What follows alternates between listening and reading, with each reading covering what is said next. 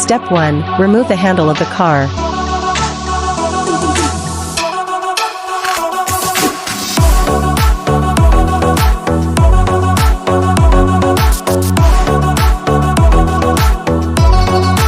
Step 2. Unscrew the throttle screw and take the throttle off.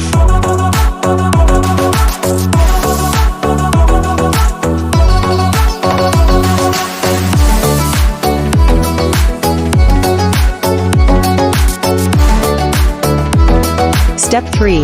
Unscrew the brake screw and take the brake off.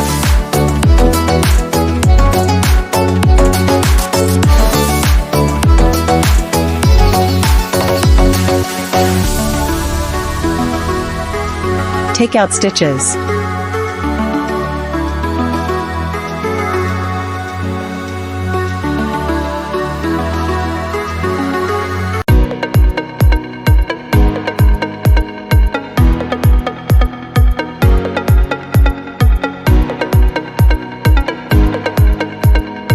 Step 4. Remove the thrum shifter screw and take the thrum shifter off.